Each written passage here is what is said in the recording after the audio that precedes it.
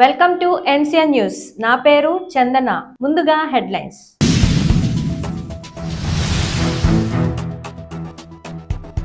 శ్రామికుల సంక్షేమాన్ని చూసేవాడే నాయకుడు. ఏపీ రాష్ట్ర వైఎస్ఆర్ ట్రేడ్ యూనియన్ అధ్యక్షుడు గౌతమ్ రెడ్డి.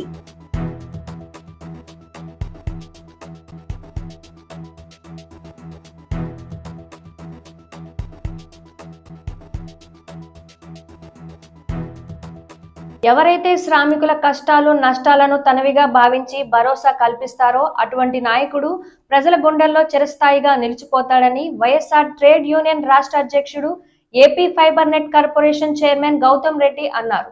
శనివారం నగరంలోని క్వారీ సెంటర్లో నిర్మించబోయే వైఎస్ఆర్ శ్రామిక భవన్ శంకుస్థాపన మహోత్సవానికి ఆయన ముఖ్య అతిథిగా హాజరై ప్రసంగించారు. దేశ చిత్రపటంలో రాజమండ్రి లోక్సభకు ఒక గుర్తింపు మార్గాని భరత్రాం వల్ల వచ్చిందన్నారు. గతంలో రాజమండ్రి ఎలా ఉండేదో, ఇప్పుడు ఎంత అభివృద్ధి చెందిందో ఈ నగర ప్రజలకు ప్రత్యేకంగా చెప్పనక్కర్లేదని అన్నారు. అందుకే ముఖ్యమంత్రి జగన్మోహన్ రెడ్డి రాజమండ్రి దత్తపుత్రుడు భరత్ అని భావించి రానున్న అసెంబ్లీ ఎన్నికలలో వైసీపీ సిటీ అభ్యర్థిగా ఎంపిక చేశారని అన్నారు. Young and dynamic leader Bharat కార్మికుల సంక్షేమానికి అన్ని రకాలుగా కృషి చేస్తారన్నారు.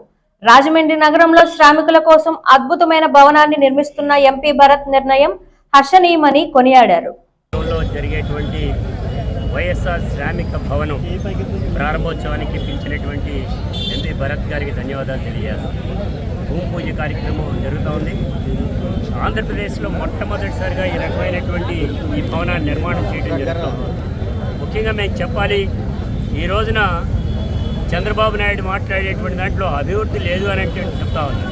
నేను చెప్తున్నాం, ఛాలెంజ్ చేస్తున్నాం. భరత్ గారు మేమైనా కానీ కూడా ఎక్కడికైనా వస్తాం, అభివృద్ధి ఏ రకంగా జరిగిందని చెప్తున్నాం.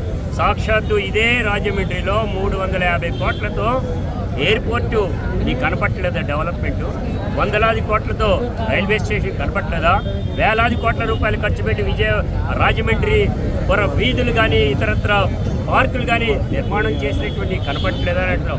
13,11,000 కోట్ల రూపాయలతో విశాఖపట్నంలో జరిగేటువంటి సమ్మిట్లో 386 యూనిట్లు తీసుకొచ్చి ఒప్పందాలు చేసినటువంటి జగన్మోహన్ రెడ్డి గారి విధానం నీకు కనపట్టలేదా? 6 లక్షల ఉద్యోగ వ్యవస్థని క్రియేట్ చేసిపోతున్నటువంటి జగన్మోహన్ రెడ్డి గారిని అభివృద్ధి కాదా అనేటువంటి అడుగుతున్నాం. అదే తరహాలో ఇవాళ అచ్యుతాపురం కానీ, భోగాపురంలో కానీ, లేదంటే కనుక గుంటూరులో కానీ, అదేవిధంగా కడపలో కానీ, వైఎస్ఆర్ జిల్లాలో కానీ అన్ని చోట్ల కూడా ఫ్యాక్టరీల నిర్మాణం రమారమి. నాకు తెలిసినంత బట్టి 3,000 పైచిలకు ఫ్యాక్టరీల నిర్మాణం జరిగి వాటికి 5 లక్షల వరకు కూడా ఉద్యోగ వ్యవస్థను క్రియేట్ చేయడం జరిగింది. రాబోయే ఒక్క ఏడాదిలో 38,000 ఉద్యోగాలు ఒకే ప్రాంతంలో వైఎస్ఆర్ జిల్లాలో రావటం అనేది జరుగుతూ ఉంది. ఇవన్నీ నీకు కనపట్టలేదా అని అడుగుతున్నాం. గుంటూరులో అయితే డైరెక్ట్గా 1,230 ఎకరాలని డైరెక్ట్గా తీసుకురావడం అనేటువంటి తీసుకుని ఒక పార్కుగా ఏర్పాటు చేయడం జరిగింది. నేను చెప్తా ఉన్నా, చంద్రబాబు నాయుడు నువ్వు గతంలో ఐటీ హబ్ తయారు చేస్తున్నాడు విశాఖపట్నం, తిరుపతి. అదేవిధంగా ఐరన్ హబ్ తయారు చేస్తున్నావు కృష్ణా జిల్లా, ప్రకాశం జిల్లాలో. అదేవిధంగా మత్స్యకారుల హబ్బు తయారు చేస్తాను ఈస్ట్ వెస్ట్ గోదావరీస్లో. ఎక్కడికి పోయినాయ్యా?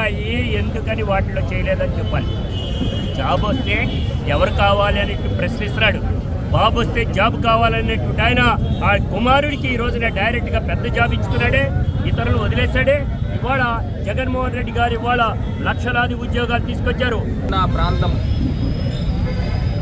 ఎంతోమంది ఎస్సీలు, బీసీలు నివాసం ఉండే ఈ ప్రాంతంలో పత్తిన సుబ్బారావు గారిని కలుసుకుంటూ ఈ ప్రాంత ప్రజలందరూ కూడా జీవిస్తారు. మరి ఈ క్వారీ ప్రాంతంలో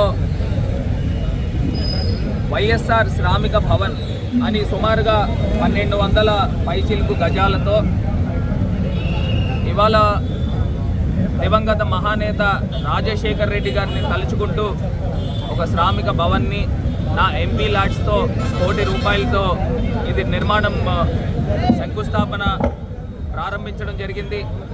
మరి ఈ కార్యక్రమానికి ముఖ్య అతిథులుగా YSR trade union Andhra Pradesh state president అయిన శ్రీ గౌతమ్ రెడ్డి గారు ఇవాళ వారి ముఖ్య అతిథిగా ఆహ్వానించి వారి యొక్క అమృత హస్తాలతో ఈ రోజున ఈ శంకుస్థాపన కార్యక్రమము ప్రారంభించనున్నాం.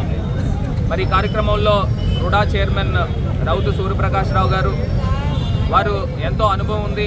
2 సంవత్సరాలు 2 పర్యాయాలు ఎమ్మెల్యే కింద పనిచేసి కార్మికులందరినీ కూడా ఒక తాటి మీదకి తీసుకుని వచ్చి ఇవాళ ఎంతో వేల మంది, నాకు తెలిసి సుమారుగా 20,000 కుటుంబాల పైనే ఈ కార్మికుల వృత్తిని నమ్ముకుంటూ ఈ రాజమహేంద్రవరంలో జీవనం సాగిస్తూ ఉన్నారు. వాళ్ళందరికీ కూడా ఒక దేవాలయాన్ని నిర్మిస్తూ ఉన్నాం.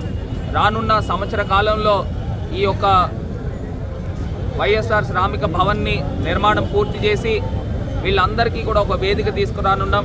రానున్న రోజుల్లో ఇదే మోడల్ తరహాలో ఆంధ్రప్రదేశ్ వ్యాప్తంగా కూడా మరి చేయాలి అని చెప్పేసి అన్న గౌతమ్ రెడ్డి అన్నను కూడా రిక్వెస్ట్ చేస్తున్నాం. ఎందుకంటే వైఎస్ఆర్ ఈ యువత, శ్రామిక, రైతు ఈ పేరులోనే, పార్టీ పేరులోనే శ్రామికులు ఉన్నారు. మరి తండ్రి మరణంతో పుట్టిన పార్టీ వైఎస్ఆర్ కాంగ్రెస్ పార్టీ. ఖచ్చితంగా శ్రామికుల పక్షాన మన ప్రీతమ ముఖ్యమంత్రి జగన్మోహన్ రెడ్డి గారు ఎన్నో సంక్షేమ కార్యక్రమాలు చేశారు. మరి రానున్న రోజుల్లో ఇలాంటి ఎన్నో భవనాలు రావాలి, కార్మికులకి ఒక నీడగా ఉండాలి అని చెప్పేసి మరి ఈ సందర్భంగా కోరుకుంటూ మరి ఈ కార్యక్రమానికి విచ్చేసిన అన్నకి, అదేవిధంగా కార్మిక లోకానికి పేరు పేరున ధన్యవాదాలు తెలుపుకుంటూ థ్యాంక్ యూ సో మచ్.